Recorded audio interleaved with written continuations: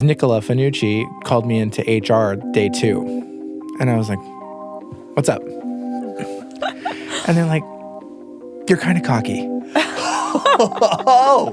And I was like, excuse me? And he said, yeah, you're kind of cocky. I get it. You're from Gary Danko and you're from Danielle and you've got good experience and you know what you're doing.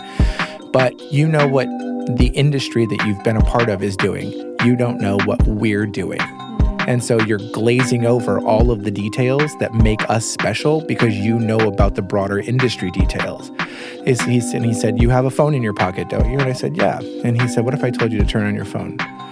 And I said, I would turn on my phone. And he said, well, what if I told you how to turn on your phone? You would tune me out as I was giving you instructions because you already think you know how to do it. You may not know how to do it the way I do it. Something as trivial as that, you're not listening to my instructions and you're not internalizing the details that make us special. We're not sure if you're a good fit here. Let me tell you about a guy named Nick Dedier. To say he's just a restaurant owner would be a shy understatement. This food wizard knows how to build out menus that wax fried chicken nostalgic. But what truly sets him apart in the culinary industry is his prowess in building the culinary experience, giving people a place to belong. You can't walk into one of his restaurants without being treated like royalty. He remembers your name, and you surely will not forget his. The one-of-a-kind Nick Dedier. Tell us about how you got into the restaurant industry in the first place. So, interesting story because it's about to come full circle. I was 15 and a half, and I lied and said I was 16. So I'm a liar to start off with. And I was pretty antisocial because I tried as hard as I could to be as book smart as I could be.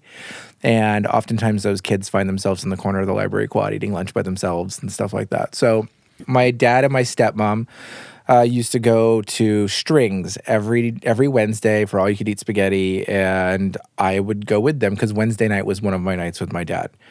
And we went to Strings, and they had a hostess, Angela Jablonski, and I had a crush on Angela Jablonski, but I didn't know how to talk to other people, that weren't already my friends. I had 2 really close friends, and that was it. And other than my church family, which was different, but like socially, I was awkward as it gets. And so I figured that if I got a job there, at some point I'd have to end up talking to her. And I did. Sneaky.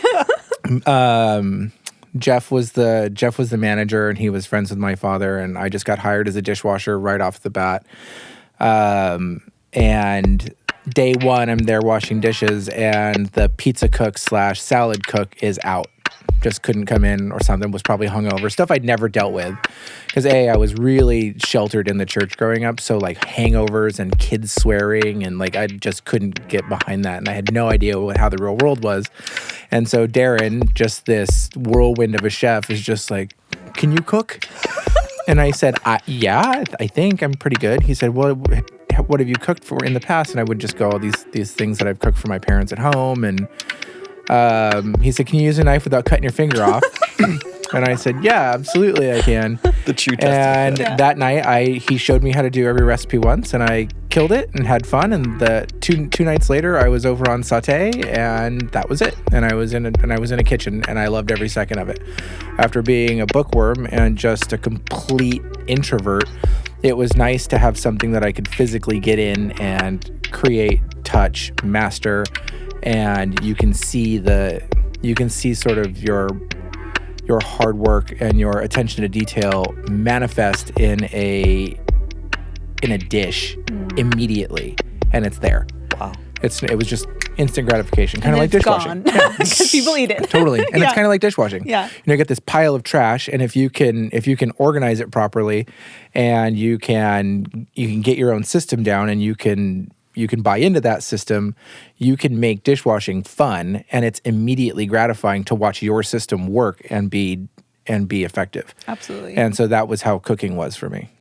So at that point, I mean, you started off at Strings, And then where did you go? Did you know that that was exactly the path you wanted to be on, or No, not at all. Did it take some time? Not at all. So when I was at Strings, it was very cool because Strings was more than I had thought it was, because we made our own pasta and we made our own sauces, and it was very cool. Strings was delicious. Yeah, I was there on Wednesdays. I love it.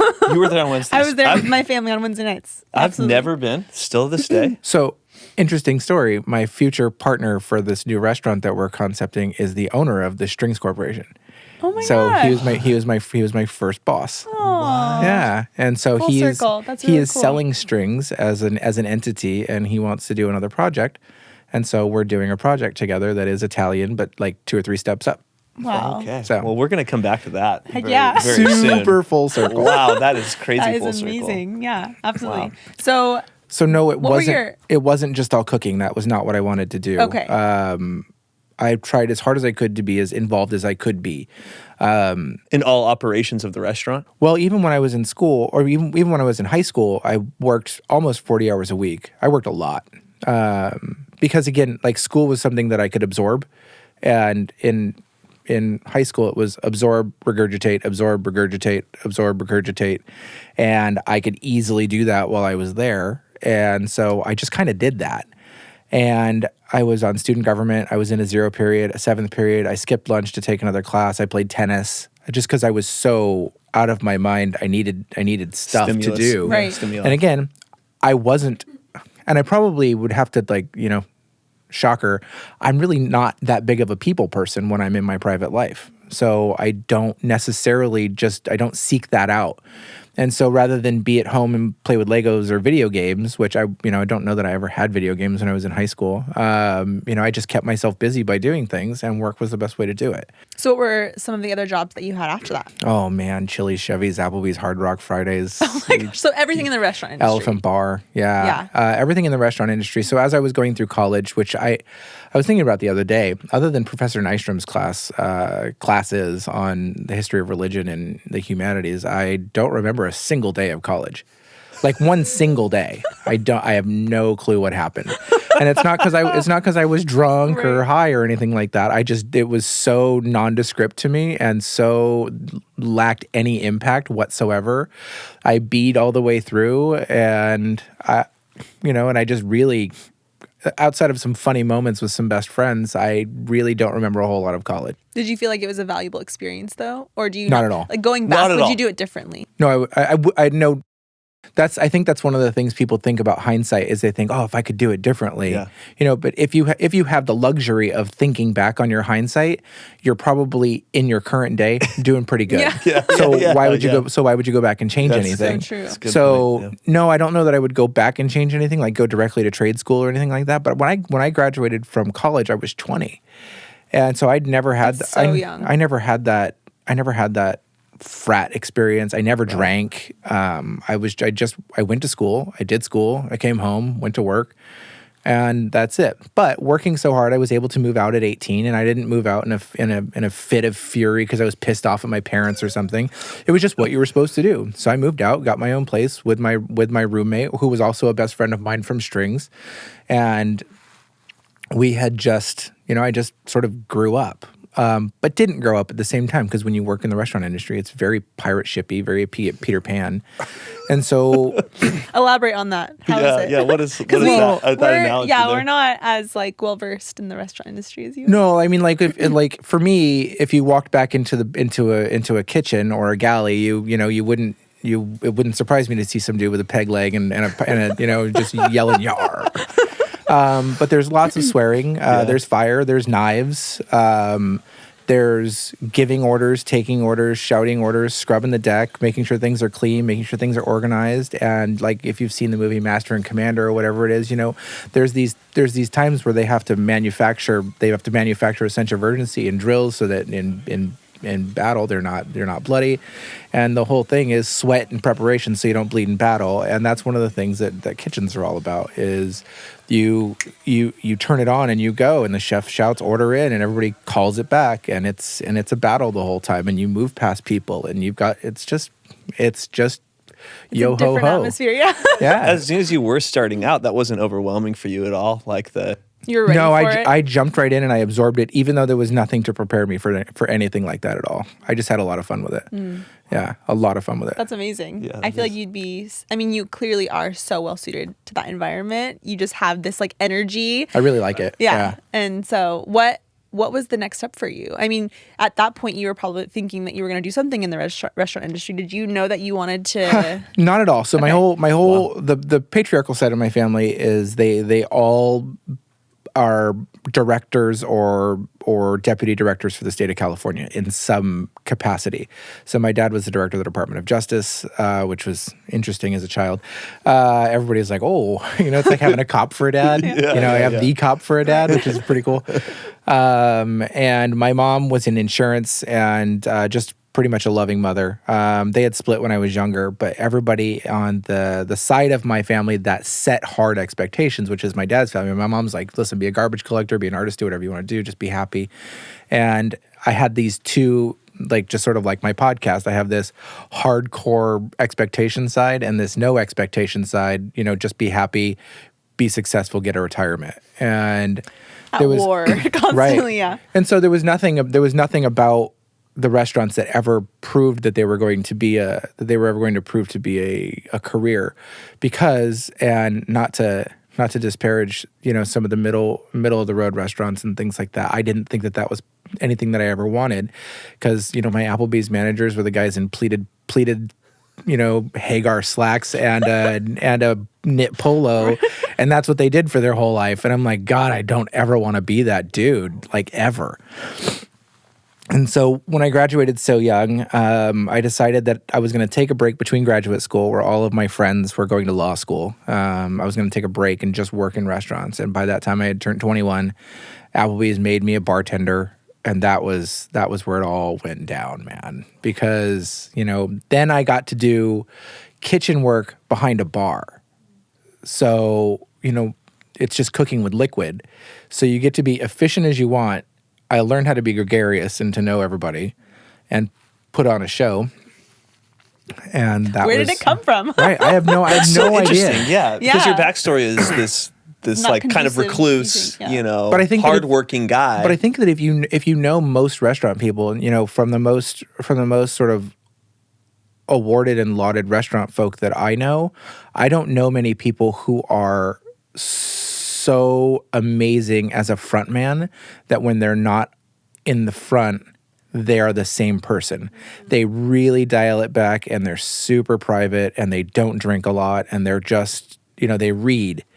They play video games. They do anything they can when they're not, because what we disconnect, do, well, we facilitate I facilitate 200 parties a night.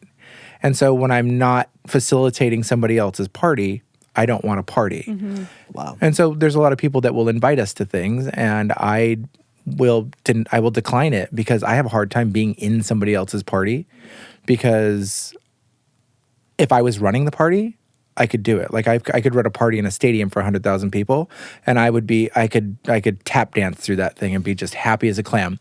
If I'm a part of the party and I'm a member of it, I am so uncomfortable. I have these anxiety attacks, and I just want to go. Wow. Yeah. So you just know how to turn it on. Yeah. There's a theatrical element to that. So- and that was found when you were bartending. Yeah. It was like the first opportunity. You're in front of people, and Right. there's this performance alongside the Totally. skills that you had learned. Like I hired at Applebee's as an expediter, which means you have to know everything about the front and the back. And so, but you're still hiding in the back, and you can be a recluse but powerful and commanding at the same time.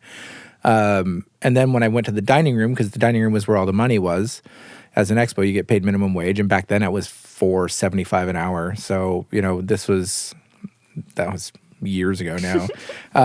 Yeah, that probably let everybody know how old I am. And then I got made a server, and when I took care of my very first table, I was like, that's very cool. I get to use all of this knowledge that I have about what we do to make somebody's day. Neat. And then I had a 4-table section, and then I was like, well, how do I get the big section? And then it's, well, you have to know and be able to do and stick all this stuff, like really nail it.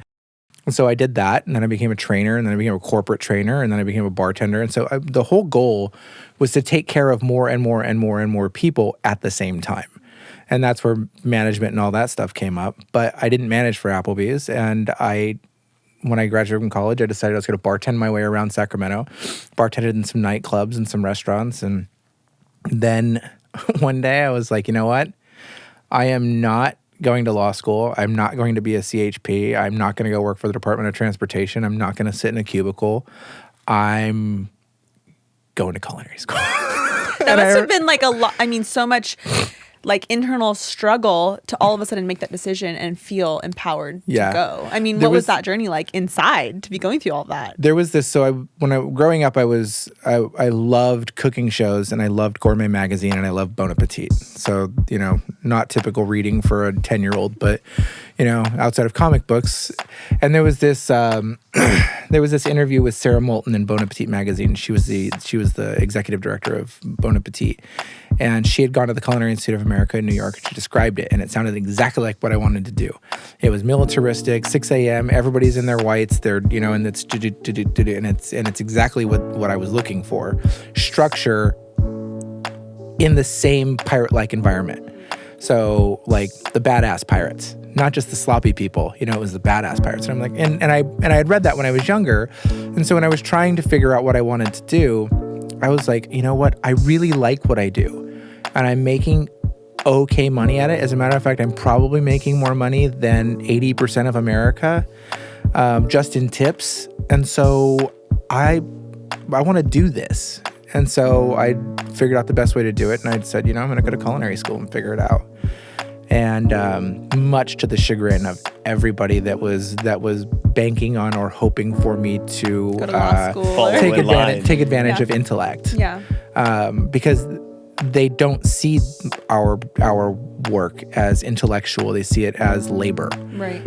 Which it's I don't. Grind. Right, but I don't draw the line between there where you're either in a cubicle with a suit and tie and a pocket protector and a leather portfolio, or you have a hammer and nails. Like the people who are in all the trades are just as smart, if not smarter, than most of the people that are sitting in boardrooms making decisions for people. I mean, these are the people that are building the buildings that are above your head that you're having your meetings in. They should be smart. Right. And so I'm hoping, and I have lots of faith in that all the tradespeople are just doing what they love to do. So, shout out to the tradespeople. Yeah, that was beautiful. Awesome. Seriously. Okay, so we're in the middle of culinary school, the culinary school experience. Mm-hmm. That taught me a lot, because most culinary schools, which are just a boatload of culinary schools, right? It's sort of like Heald business colleges. There's a ton of them, and they're all for profit. And whether or not you get what you pay for is a different story. The CIA is one of those schools that, for me, I had some friends that went to Harvard out of school, and two of them just really crushed it, and they did everything they were supposed to, and they dedicated themselves and they put it out there, and they were amazing. Harvard didn't make them amazing; they were just amazing. Right. There's one idiot that went to Harvard, called it in, and didn't capitalize on it at all, and he didn't matter. The CIA is the same way. It offers you the opportunity to really crush it, or to graduate and have it on your resume, and it doesn't really matter. How did you choose that school? Just curious. Because it was the best. Okay. It is. There's no. There's like the New England Culinary Institute and Johnson and Wales, the JWUs, and it's sort of like if you're a USC guy, you hate UCLA. If you're a CIA guy, you hate the JWUs and the Neckies, and you're just like, ugh. But there's no doubt that the CIA is the best. And just talking to the people that I had talked to, I went to Greystone for my interview with Terry Parks, and she was amazing. And we watched a cooking demonstration, and I had already, you needed all this experience to graduate or to get accepted.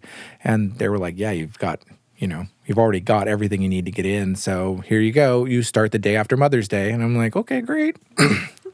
And I did all my research on it. And it was interesting because I loved it. The school was beautiful. If you've ever seen it or pictures of it, it's just gorgeous. It's an old Jesuit monastery in upstate New York, right on the Hudson, and it's massive. And it's like Hogwarts for culinary school. It's so much appeal there. It's outstanding. But just like most people, you have stars in your eyes when you go. You think that you're going to graduate and you're going to be the next. I mean, it wasn't even Gordon Ramsay back then. You think you're going to be the next, like David Rosenthal or and Wolfgang Puck, Thomas Keller. You think you're going to be all of those people. But in reality, you're spending a ton of money on a private culinary school to graduate and take a minimum wage job when you graduate. Wow. Because that's what it is. It's a trade. You start from the bottom. They give you enough tools so that you can accelerate your way through the bottom quickly, but you don't graduate as an executive chef. And the kids who do graduate and think they're going to be an executive chef right out of school, those are the ones who fail and have they're incredibly disillusioned, and then they're no longer cooks. Those are the ones that just sort of, they wander around for a while. How much of your experience was cooking, like developing taste and flavor profiles and stuff like that? At school? And how much of it was like business preparation, running a restaurant, management skills, all that kind of stuff? One of my very first questions of my intro to gastronomy teacher, John Zierfoss, I said, how do you guys do this? Who's the first person that knows that tomato and basil goes together, like, or that seafood and tarragon, like, who develops those flavors? Like, who was the first person that every time you grab seafood, you grab tarragon? And he said, it just happens, and it just takes a while. But he said, you can't force it, and it's just one of those things that needs to happen for you. Business development there, since this was an associate's degree, so it was really a trade school. I didn't stay for the bachelor's. I already had my bachelor's from back in the day. The business part of it was not crazy, especially since I'd already transferred most of the credits from college that I needed, like math. You know, I didn't need to take the math course. I took the culinary math course, which is totally different. You know, like instant, unit of measurements and instant conversions and temperatures and you know what happens to protein at certain temperatures. Like that's all math. And restaurant law. You know, we took a lot of restaurant law, interpersonal communication, stuff like that, but I didn't really do any of the business success courses. Got you. So you mentioned that at the end of the experience, you've got some people that are wanting to be the chief or whatever, right, and they're typically the ones that fail. Right. And you got other people that are understanding of what happens next, that you kind of work your way up through this correct pecking order of the pirate ship. Yeah, there is no Star Trek transporter beam that immediately throws you into the lead, right? Right. You have to work to get there. Which at this point you've already worked so much, right? And now you've got the credential, you've got the badge, right, out of culinary school. But culinary school was so. Again, like I was saying about Harvard being, you get out what you put into it. The first year in school, what I wanted to do was get good grades, and then I did. I got straight A's all the way through. Great, you know. But white middle class male, good grades don't get you scholarships, and that school is not cheap. And so I realized that there was something that was going to have to change. So when I went to externship, I externed at the Bellagio in Las Vegas. And was that an exciting opportunity? I mean, at that point, did you feel like that was a big deal? Big deal. Yeah. I was broke. Broke. like eating top ramen. You wouldn't want to drive through the neighborhood I lived in. Yeah. Wow. Yeah. And a lot of people say that, and they see, like, you know, they're like, yeah, whatever, it's not that bad. It was bad. I've seen dead people, like, you know, I've seen shootings, like, I've seen some crazy stuff just by living in that area. Well, and there's this juxtaposition of the life that you're living, and then you're serving totally the much different. Yeah. So when I was in Las Vegas, I had this Bulls sweatshirt, Chicago Bulls sweatshirt, but then it had the hand thing on the inside. I used to walk home at 3 a.m. from my job, and I had 2 boning knives in my pocket every day. Did you ever have to? That's for cutting onions, right? No, yeah, for gutting a fish. No, I never had to. Thank God. But like, it made me feel safe. But you just ignore everything around you, and you know, and but it was worth the opportunity. It was great. I mean, I worked at the best hotel in the world at the time, and you know, I worked at Jean Georges Prime Steakhouse, and I was the grill cook at the best steakhouse in Las Vegas. So like, I can look at a steak from a mile away, and I know what temperature it is. It's very weird. Like that, there's something about the repetitive nature of it. I've opened 1 million oysters, and that it was all because of that. And so I learned patience for repetition, and so it's not just all 100% creative, which is interesting in our world because we like to change so much and we always like to like break the paradigms. Yeah.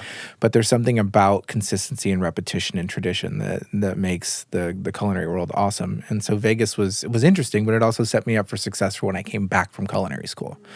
And the second year of culinary school, I said I changed.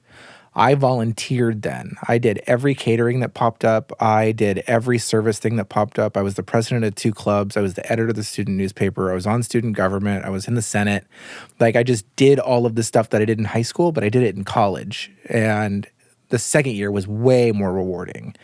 And due to that, I got the Tabasco Mickle-Haney Scholarship for leadership, and they paid for half my culinary school because I showed the grit I showed some initiative. Right. I wasn't just at school to get good grades, expecting the school to give me what I felt I deserved for my money. I went out and got what I was going to get. The money was the price of admission. And then what you do with that is up to you. And I think that that's something that's so interesting about today is everybody wants to be spoon-fed stuff. They don't want to work for it.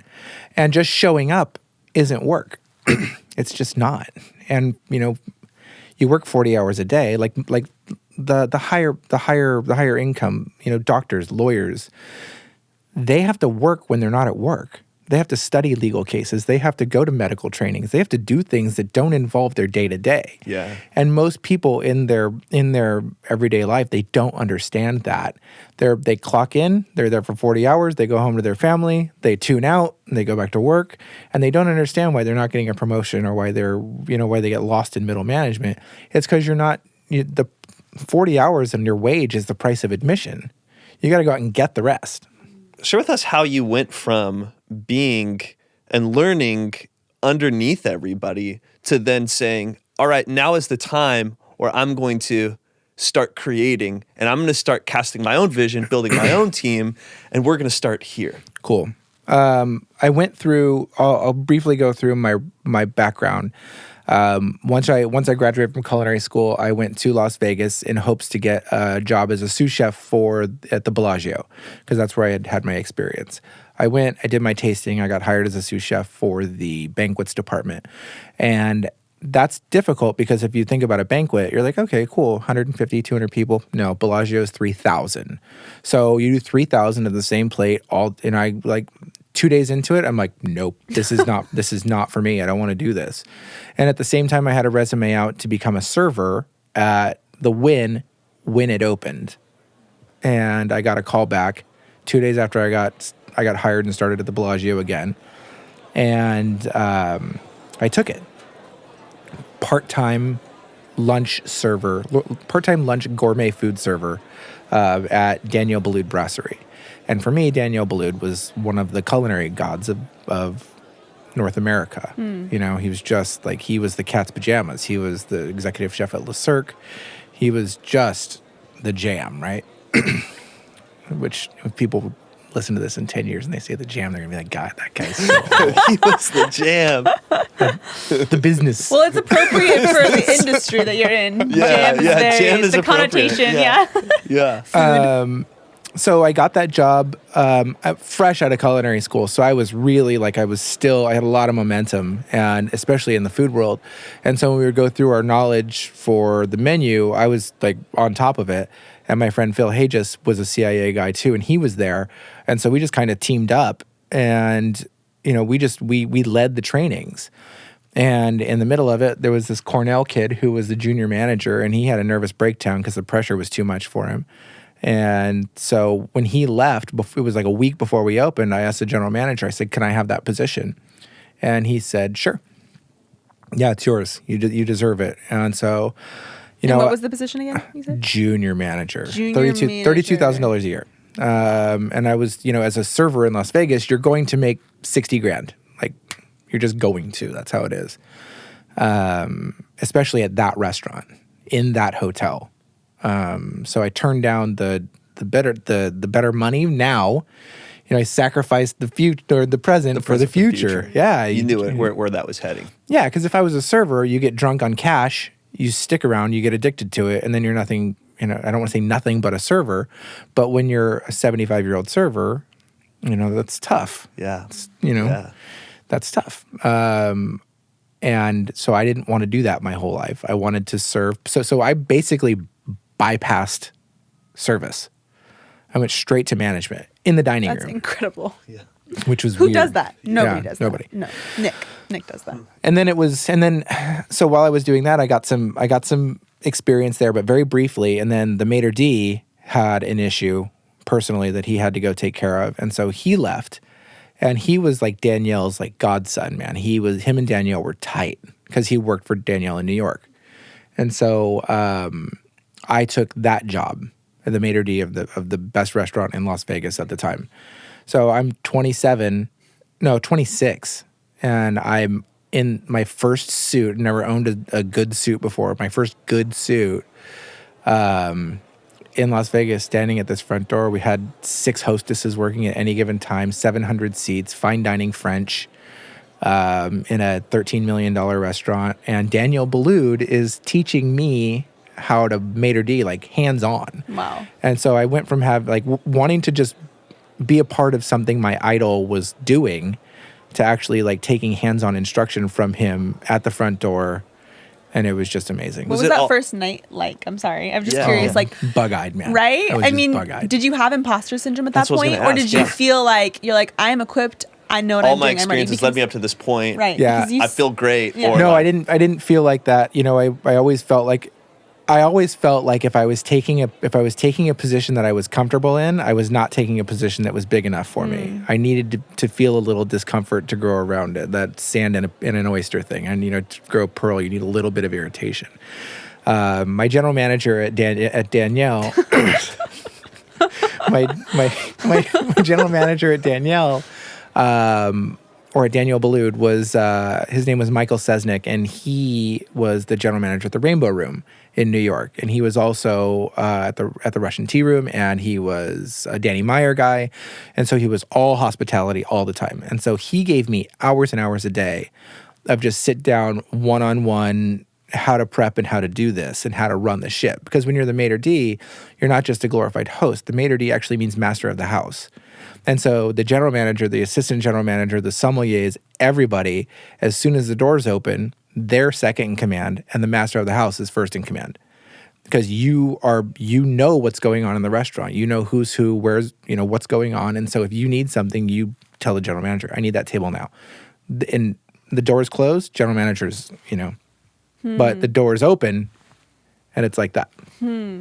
That's how it works. And so I got that experience and it was outstanding.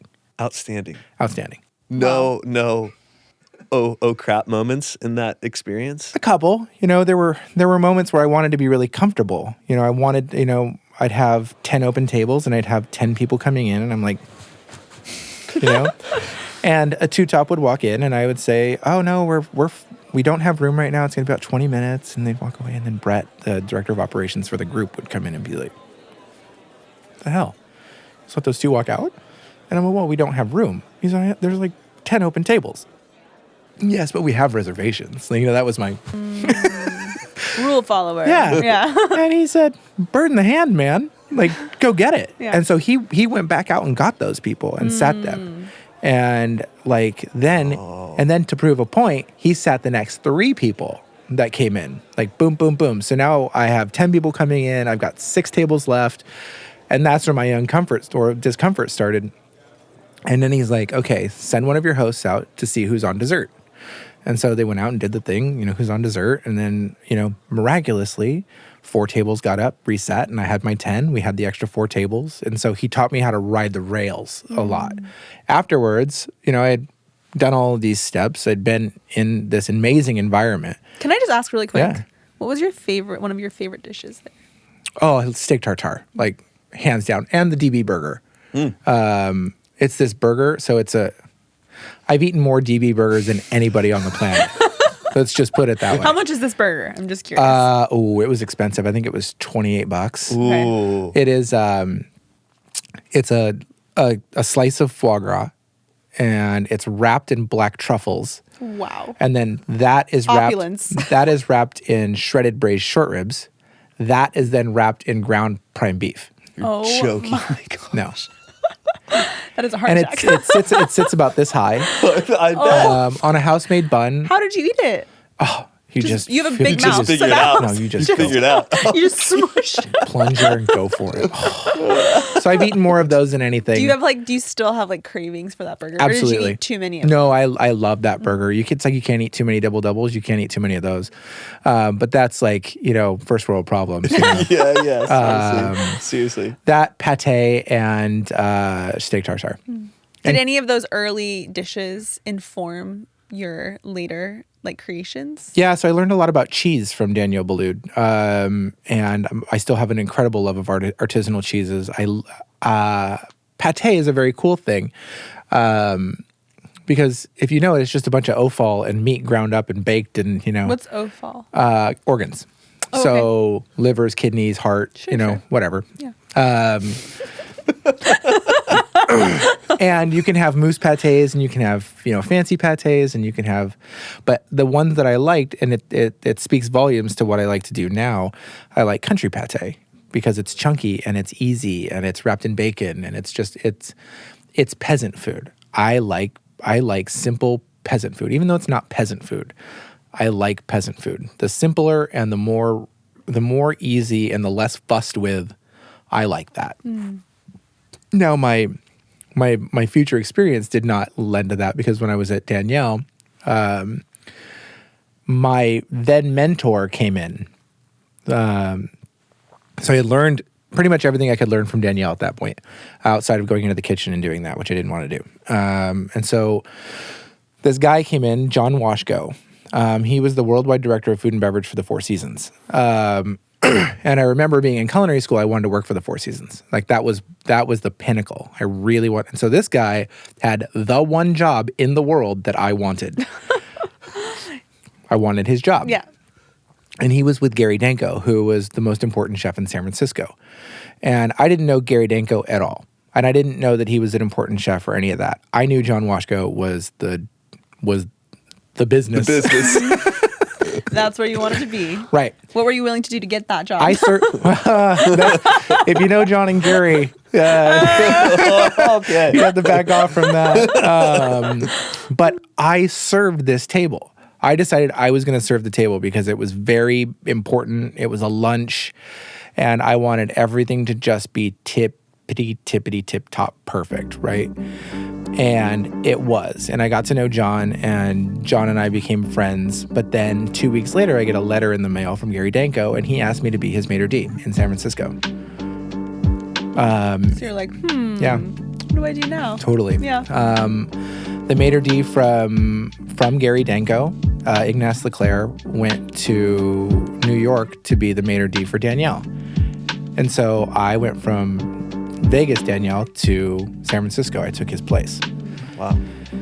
And I figured it was time for me to kind of come home. I was out gallivanting, as Alexa's grandparents would say, for forever. And Vegas was starting to get to me. I had learned how to kind of puppet string it, where I could go out and sort of do whatever I wanted, be whatever I wanted, and get away with it.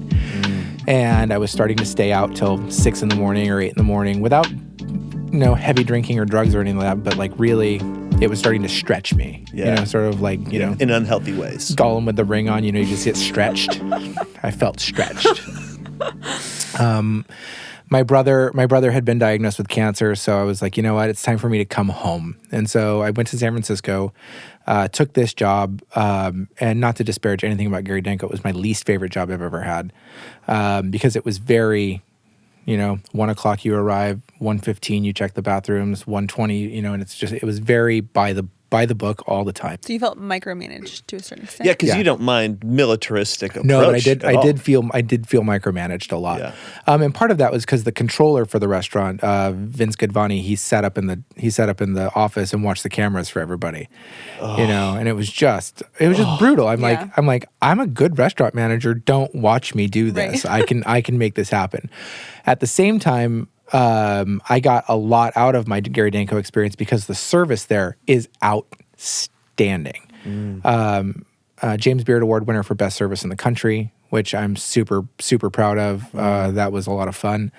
So what did you pick up in that environment? I mean, with service. Yeah, specifically. Specifically. Oh, just the showmanship of it. In Las Vegas, with a 700-seat, pretty fine dining restaurant, there's a lot of pragmatism that goes into it. At Gary Denko, you're in a 50-seat restaurant with 5 servers, 3 back waiters, 2 runners, an expo, a kitchen full of people, a maitre d', a hostess, a manager, a general manager, all in this little tiny room. And so you've got time to go and really be gregarious with your guests. Yeah. We did tableside cheese service, we did tableside flambés, tableside scotch service, and in a tiny little restaurant. And I'm sure the atmosphere is just buzzing.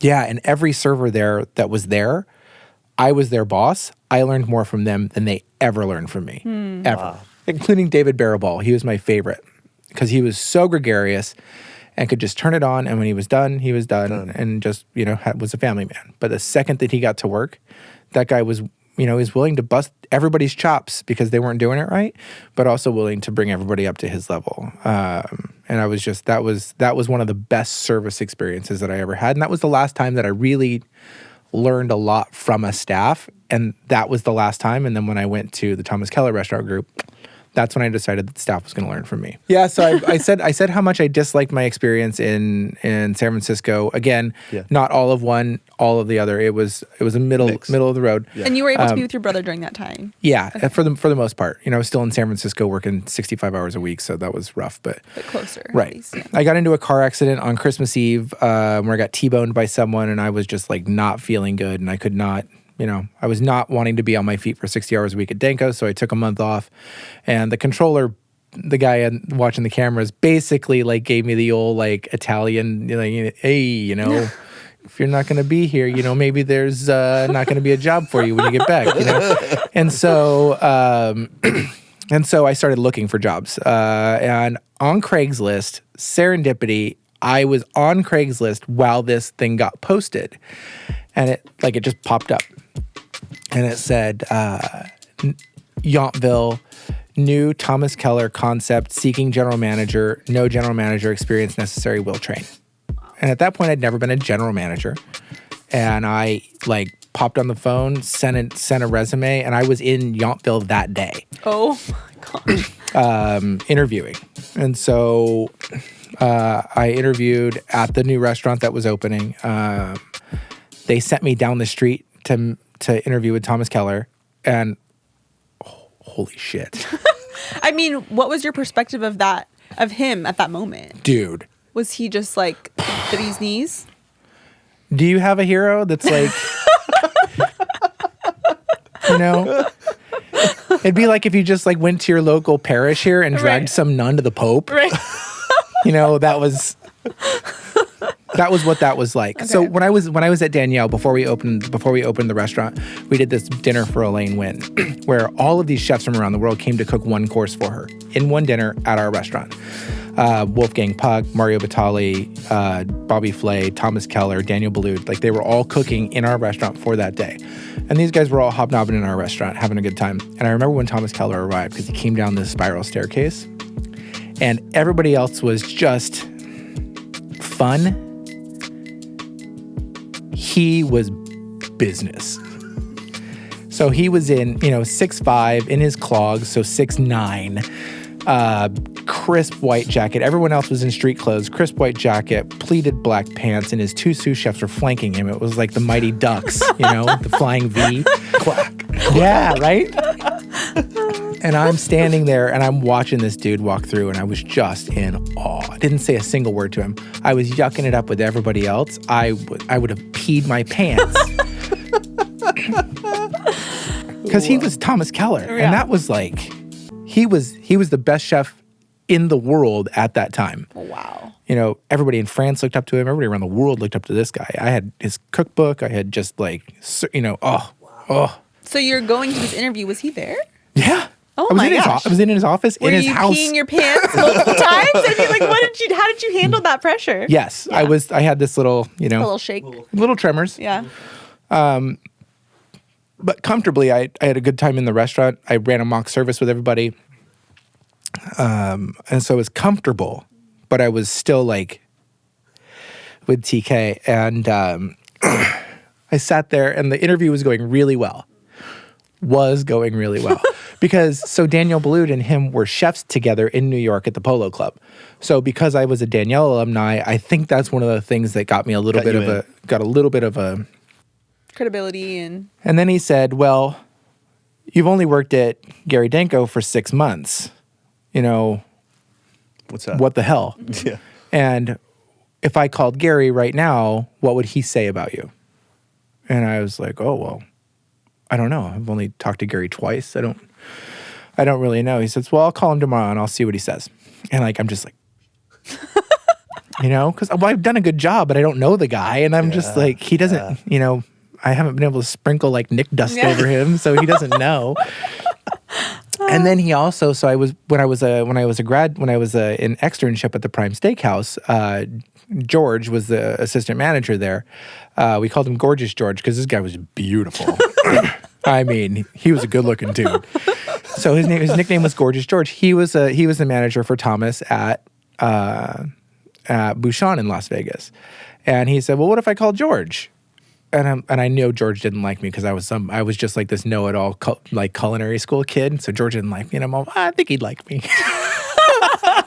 Hoping I was calling his bluff, and but I figured he'd call Gary, and you know, I left that interview starstruck and just like gutted at the same time because I thought that it was it. Because you don't hire a manager that's been managing for 6 months to be your manager because you're going to invest time and effort and money, and you don't want them to look at the next greener pasture in 6 months and peace out. So Gary was my smallest tenure of any place I've ever worked, and I was with Thomas for almost 6 years. Wow! So spent time at the French Laundry, management training there. Big deal. First, you just kept. I mean, first, so many opportunities. So. 27 years old, I met the French Laundry, which is just super cool. And I'm just in management training there. But the first day there was my eye opener, because Nicola Fanucci called me into HR day 2, and I was like, "What's up?" And they're like, "You're kind of cocky." Oh. And I was like, "Excuse me?" And he said, "Yeah, you're kind of cocky. I get it. You're from Gary Danko and you're from Danielle and you've got good experience and you know what you're doing. But you know what the industry that you've been a part of is doing. You don't know what we're doing. And so you're glazing over all of the details that make us special because you know about the broader industry details." And he said, "You have a phone in your pocket, don't you?" And I said, "Yeah." And he said, "What if I told you to turn on your phone?" And I said, "I would turn on my phone." And he said, "Well, what if I told you how to turn on your phone? You would tune me out as I was giving you instructions because you already think you know how to do it. You may not know how to do it the way I do it." Something as trivial as that, you're not listening to my instructions and you're not internalizing the details that make us special. We're not sure if you're a good fit here. You're like, wow. I just quit my job in San Francisco, moved to Napa, like... not the best day in the world. Yeah. I went home like just crushed. I just went home crushed. And then I went back the next day like nothing had ever happened. But like changed paid mindset. Attention. Yeah. Yeah. It changed who I was. That one conversation with Nicola changed everything. And so I learned everything about the French Laundry. I listened to the back waiters, the middle waiters, the coffee guys. I did what I did in culinary school. I spent time in the dish pit. I watched the expediters. You know, I wasn't starstruck by everything. I wasn't playing a role that I wasn't ready for yet. I was practicing for my future role. I wasn't trying to put on a show for the first time. Wow. Yeah.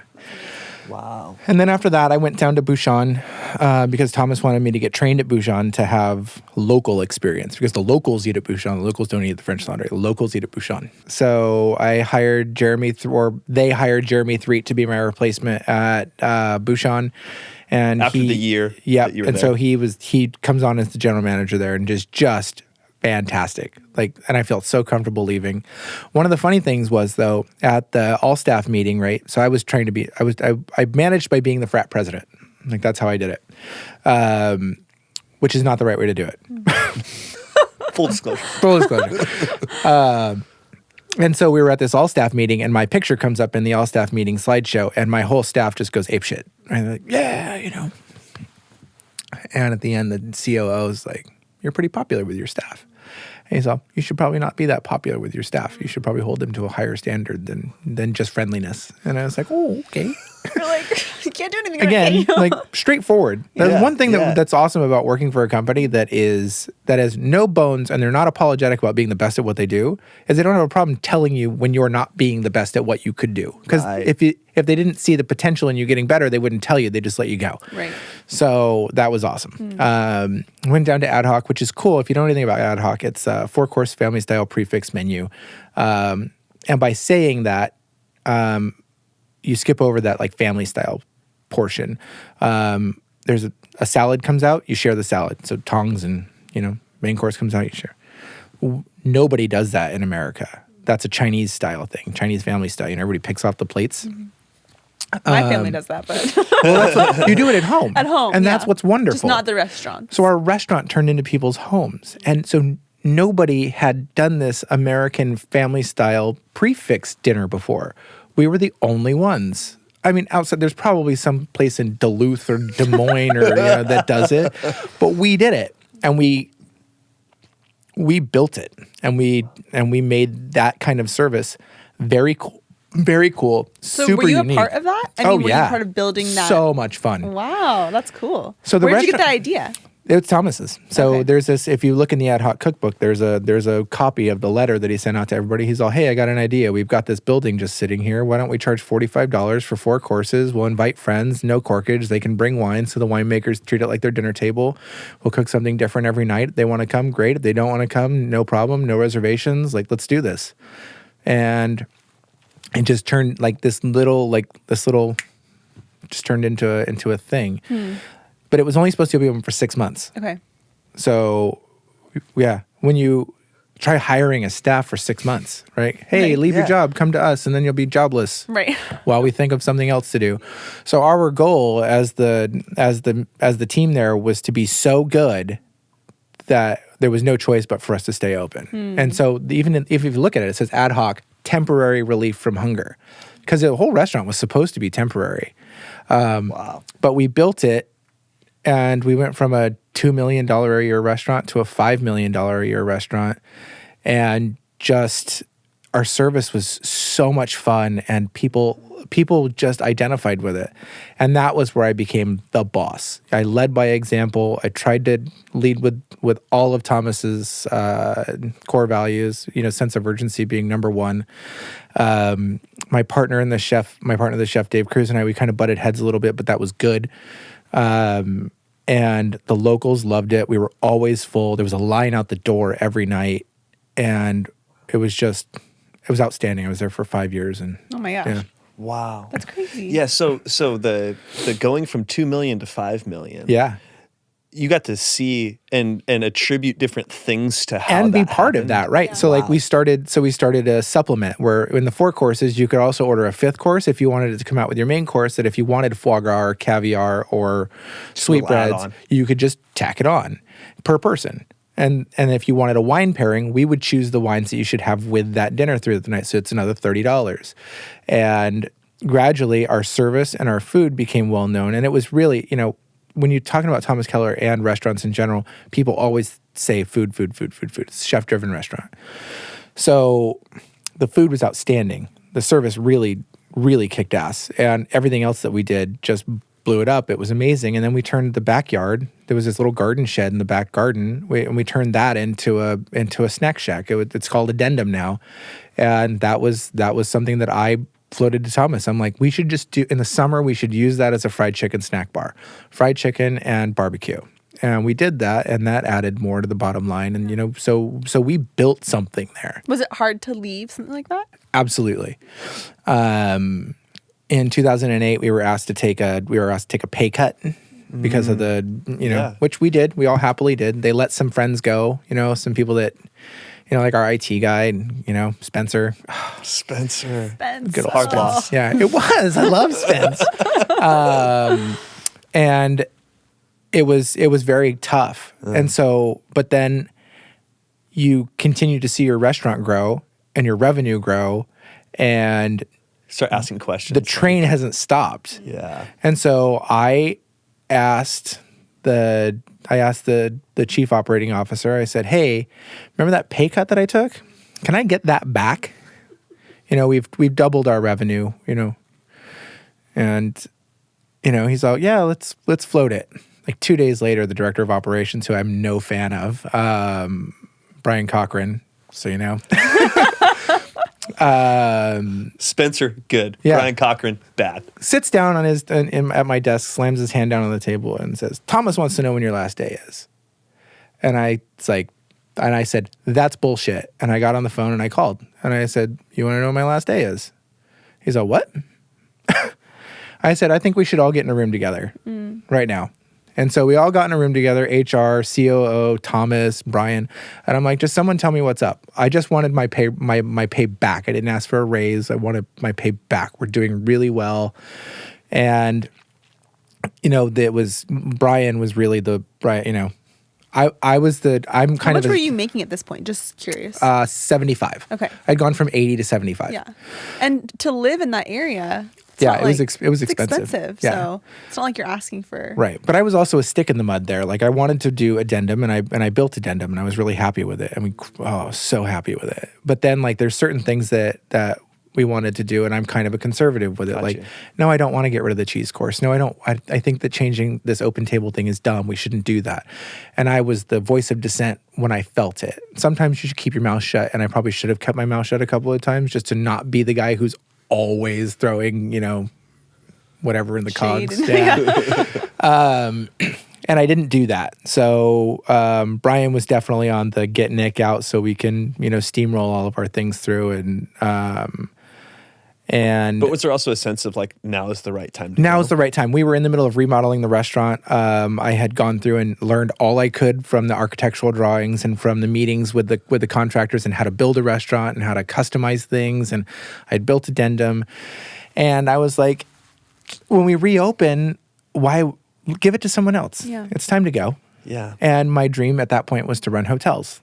John Washko's job, food and beverage director worldwide for the Four Seasons. He at that point was the director of operations for the Auberge Resorts. And he picked me up as food and beverage director, which was super cool. But there's still this shift that has to take place. Right. For you to go from I am managing underneath the brand of Thomas Keller. Yeah, that was tough. Or the Four Seasons, these huge brands all of a Right. sudden say, all right, I'm going to branch on my own and I'm going to create my own thing. Right. So that didn't happen for. I was in Bend, Oregon at the time, redoing the Pronghorn Resorts food and beverage, which was just fantastic because I got to play golf every day. And my dad called me and said, "Hey, I got an opportunity for you in El Dorado Hills. If you want to, think about opening a restaurant or come at least, look at it for Russell, who was a partner of mine. He was one of my bosses back when I was a child." And I went back and I said, "Yeah, sure. I'm 33. I made myself a promise that I wanted to own a restaurant by the time I was 35. So this is a good opportunity. I'll take it." It's Japanese. I don't know anything about running a Japanese restaurant, but for me, it doesn't matter. As long as food's good, service can shine. And so I did that. And at that time, I was slated to go to Maliohana in the British Virgin Islands to do a resort there. And so it was like big paycheck, Virgin Islands, Bahamas, El Dorado Hills. Yeah. Mock Italian architecture. Yeah, notwithstanding a little bit of pressure from my family to come home. Yeah. You've been As out always, long enough. you've been out Nick. gallivanting long enough. Nick. So I came home to do that. Was that really hard? Yeah. Yeah. So people always ask, what's the hardest part about not being in Napa anymore, not doing all that stuff? And I said, I'm just not important anymore. Because you can, you're one of the executive committee members for a Thomas Keller Restaurant Group restaurant, and you're VIP when you go someplace because they know you. They don't know you; they just know of you. And if you're one of the pinnacle guys, you must be worth your while. So, Yeah. and now I run some rinky-dink restaurant in a suburb that you can say, oh, I'm in Milestone, and you're like, well, what's Milestone? I'll tell you about it. So yeah, at this point, you're taking a risk. Huge risk. Huge risk. Huge risk. In All my creating your money, own brand. all my money, all my stress to create my own brand. Now it's time. So every time that I had jumped to a new property, everyone said, is it time yet? Is it time yet? And I'm like, no, I haven't run 2 properties at the same time. Then I had done that. And then I got picked up by the Moana group. So I ran 4 properties at the same time. And then I got the Auberges and started running all of these things at the same time. And I'm like, okay, I've done restaurants, fine dining, family style, a snack bar. I've done all of it. Done it all.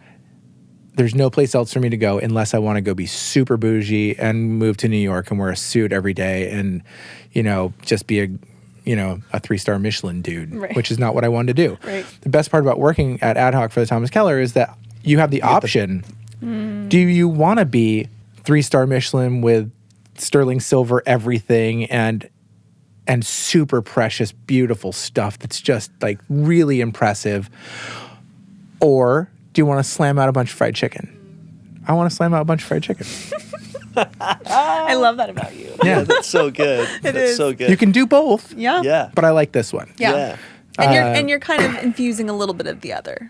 The audience is bigger, and you shouldn't have to pay a king's ransom to be treated wonderfully. One of my best friends in college said, he had gotten a good grade on a test and took me out to dinner, and I was like broke, and we went to a steakhouse, and I was like, this is too expensive, and he said, I'm paying, don't worry about it. I'm like, it's just too expensive, and he said, listen, you're not paying $40 for a steak. You're paying $40 so they'll treat you like a senator for a night. And I was like, boom, bingo. Wow. Yep. Yeah. You shouldn't have to pay a king's ransom to be treated well. So you shouldn't have to spend $325 a night to get knowledgeable, friendly, good, perfected, professional service. You're paying for it. You're paying a premium. So whatever a restaurant's charging for you, either, like if you go out and you eat $100 worth of restaurant, wine and food included, you're paying for $33 worth of goods. 66% of the other is food, service, lighting, music, everything. So it better be knowledgeable. And it doesn't matter whether you're spending $400 a person or whether you're spending $10 a person, the same ratio applies. So what you're paying for, the lion's share of what you're paying for is the stuff that nobody mentions. They're always like, oh my God, the food was so good. Or that food was just a little, they don't realize that the temperature, lighting, music, ambiance. Influenced by all these things. That's you're influenced by that. Yeah. And people don't understand that everything that comes out of a restaurant is a relationship. Everything. And that was Christine Kiefer, who is the communications director for Thomas Keller. She said the one thing that we do, we scrub everything before it hits the public. So logos, website, music, menus, table, design, uniform, everything's scrubbed. We know exactly the spoonful of sugar that's going into the customer's mouth before they get here. The only thing that we don't have the ability to do that with the servers. Wow. Because they can shoot from the hip when they get there. So it's all about training. Yeah. Wow. What a great lesson in branding and marketing that you were able to get at these formative times. Totally. Like planting seeds of what it takes to keep a restaurant open. Yep. But not just keep a restaurant open, but also like help to thrive, Yeah, you've really got to feed it. Yeah. But that the one thing that you cannot control is the relationship. You can foster the relationship all you want, but if it doesn't happen, it doesn't happen. So you have to make sure that your servers are able to be the representative for what you're doing. Is that one of the hardest roles to hire for? Or no? Without a doubt. Hiring people is the hardest part. Food is easy. Super easy. People could get 9 out of 10 food and 5 out of 10 service and never go back to a restaurant. They can get 8 out of 10 service, 6 out of 10 food, and go back every week. It's service. People don't understand that the service is a relationship, and that is what you're paying for. They don't understand that it's the feels. It's not your belly. It's really not. So at this point, you have taken everything you've learned and poured it into your restaurant baby. Right. Super baby too. Yes. Like, Aji was the first. Aji was the first. And then where did you go from Well, there? yeah. Not just where'd you go, but the idea or the thought of I'm going to do it again. Yeah. I'm going to do Yeah. it again, which seems to be a little bit of a trend in your story on like the insatiable appetite. Yeah, I want to do it again, but I want to do it better. Yeah, exactly. So I learned all this stuff from opening Aji. The business relationship with my partner was not what I was looking for. I don't need anything. I live very, very meagerly, and I don't need money. And so I would rather reinvest it into what I love to do, which is the restaurant. But I also understand that some people have to actually live for a living, like they need money. Yeah. So I didn't understand that it's not selfishness. I didn't understand the lack of selflessness when it comes to reinvesting in your baby. It was my baby. So you're fine living in an apartment. Totally. Eating, I mean, you still probably eat very well. Eating from the restaurant. But usually not, because I don't like eating my own food. I don't like having other people work for me to do that. The people that work for me for my guests, I don't like them making food for me. So you'll go back there, you'll make something. Yes. And Usually a salad or something, but But you live at the restaurant. Yeah, I also live like a 6-year-old too. Yeah. Like I love pizza rolls. Yeah. Popping the bagel bites. Totally. Nick's coming. Oh man, I have nuclearized my mouth with a hot pizza roll once or twice. You know what that's like. You do too. Oh yeah. So you have Milestone. It's your So the restaurant where Milestone goes out of Yep, business, yep. and I say I'd like to pick that up. Yep. And the landlords at the time, they're like, no, because I know they're probably shopping it to other people because it's a corner spot. They're like, why don't you just stick it Aji, and you're doing a good job there. Just keep that going. And I'm like, shucks, okay. Yeah. I asked, and they said no, and I was like, okay, fine. I just went back to my corner and just and then whatever they were doing probably fell through, and then they came back and said, hey, are you still interested? And I had this click moment where I'm like, no. Remember when you told me to stay put? No. I said no. And then the deal got better. Interesting how that could happen. Yeah. And I was not aware of that. Like, I don't know how that works. Yeah. And I'm like, huh. Yeah. See. I get this. Yeah. This could be interesting. Yeah. So we negotiated a good deal. My deal at Milestone is better than it would have been at Palladio or at any other place, of the same Class A caliber. So I learned how to negotiate a little bit. Alexa was my partner. So, Alexa had worked for me in South Carolina at one of the Auberge resorts. And when this opportunity came up, we had kind of dated at the same time. I was like, immediately I called her. I'm like, hey. Remember me. Yeah. I got to float this package deal for you. So remember we dated. How about you come live with me Right. and we open a restaurant Right. together In a restaurant. all at the same time? Yeah. Because they say that business and relationships Works go really so well. well. So well. Yeah. Yeah. So, right? So she agreed because she's a risk taker. She just is like, yeah, let's do it. Cool. And she's better than I am in a lot of ways where she says, if she's going to do something, she does it.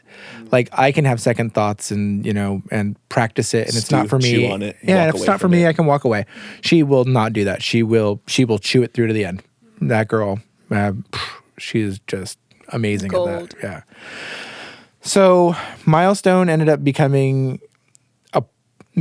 almost like yoga practice for me, where Aji was just hard knocks. You know how when people do yoga, like they're very careful and then say, oh, I practice yoga. Yeah. It's a journey. Gotta practice. That's what Milestone was for me. It was a practice in now what I knew to be true. I learned the hard knocks with Aji about owning a restaurant.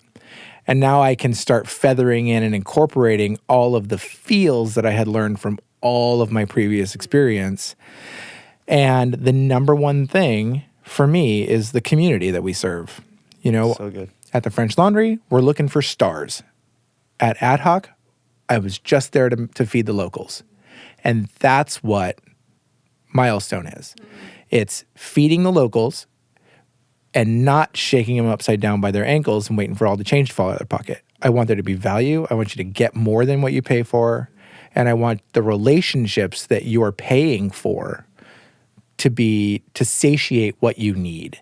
So how did you get the word out at that point? Social media, because I'm broke. Okay. Social media. So it was just Try like hiring a PR firm. Holy shit. I was like, $10,000? What are you doing with I this? have like So grassroots. 5. So a grassroots social media yeah. campaign, but like, what did that even look like? Yeah. It took a lot of stumbling through it, but like Instagram, Facebook, I tried Snapchat. I can't do that. TikTok now? No, I can't do that either. God, I feel like such an idiot on that thing. But all I did, I wasn't looking for followers. So like, because we could target the country, and pull followers. Yeah, everything that we did was focused between Folsom and Placerville. That's it. And the then support of my family for what we were doing was outstanding. Having Thomas Keller on my resume was the winner because every local paper wants to write about you. Every magazine wants to write about you. They want to write about what you can do or who you are or what your plan is. They're proud to have a Thomas Keller guy in their backyard. And so that was really, I got a leg up on that. I worked hard to be different. And I'm unapologetic about, I'm pretty magnanimous about a lot of the stuff that we do, but I'm not about the hard work that I've put into it. I'm very proud of it. And that's why I can sit here and go over my resume with you guys because I'm proud of it. Mm-hmm. Yeah, that's great. Yeah, a lot of people, they'll bat it off to the side. It's not a big deal. No, it's a huge deal because all of these guys taught me so much. And if you don't mention the people that whose shoulders you're standing on, For sure. Then it doesn't matter. Yeah. So at this point, do you feel like you have achieved your goals? Do you feel like you have some things you want to do in the future? So goals always change. My goal is to have a popular, thriving restaurant that supports, our staff, which every time one of my staff members buys a new car or like has a baby and they can afford it, we give people full insurance now, which no restaurant does that, especially in little neighborhood bistro. They don't. So we're really proud of that. Like one of my kids went to the dentist for the first time in 10 years and got his teeth redone because they were they were really giving him issues. And so, he comes back from and I'm just like beaming with pride. Like nobody knows, but I'm just like, yesterday, Kayla, our training coordinator, got a promotion and she got her business cards and she's just like, so that is super neat. So the brand that you've built with Milestone is you've taken everything you've learned and created this place that not only like the locals want to eat at, but people want to work at. The staff want to work work at. at. Be there. Yeah. So that's an incredible brand story. Yeah, it really is. Shaped. It really is. So this is what people can expect when they go to the restaurants. They can expect Nick and his amazing team. And it's just been such a pleasure being able to hear your story and talk to you today because, gosh, you have just the most incredible series of opportunities that have led you to this point. And I'm just curious where people can find you on social media so that I'm sure when people listen, they're going to really be excited to follow your journey and come to your restaurants and eat your food. Well, I hope so. Yeah. My Instagram is Nick Ain't Nothing Fancy. Because I ain't nothing fancy. Well, big to differ. But the restaurant's on Twitter, Facebook, and Instagram at Milestone EDH. So that's Milestone and then EDH. So yes, 2 consecutive E's, which seem to really baffle some people. But I also want to thank you two because we're in the same cohort, and you were 2 of the first people that I met when I moved to El Dorado Hills that were supportive, even when you were, when you were just getting started. You were a teacher and you were in school, and your budget was, and you had the same budget that I had, and we really resonated with each other, and you supported me through the whole thing, even though I couldn't come be part of your world because I was just like in the quagmire of mine. I really thank you guys for giving us or giving me a leg up, and knowing that my move to El Dorado Hills was not in vain. And there were people like me out there. There weren't just a bunch of Tesla driving, $2 million home people out there. Nope, not here. So. Wow, what? That was so kind. Yeah, I know. Well, let's go play Settlers of Catan again. Yep. So Yeah. we're gonna go and do that right now. But we're not at your mom's house this time. Yeah. Hey, thanks for listening. Don't be a stranger. Hit the subscribe button and let us know how you enjoyed the episode in a rating on the podcast app or in the comments below if you're watching. And remember, you're one of a kind.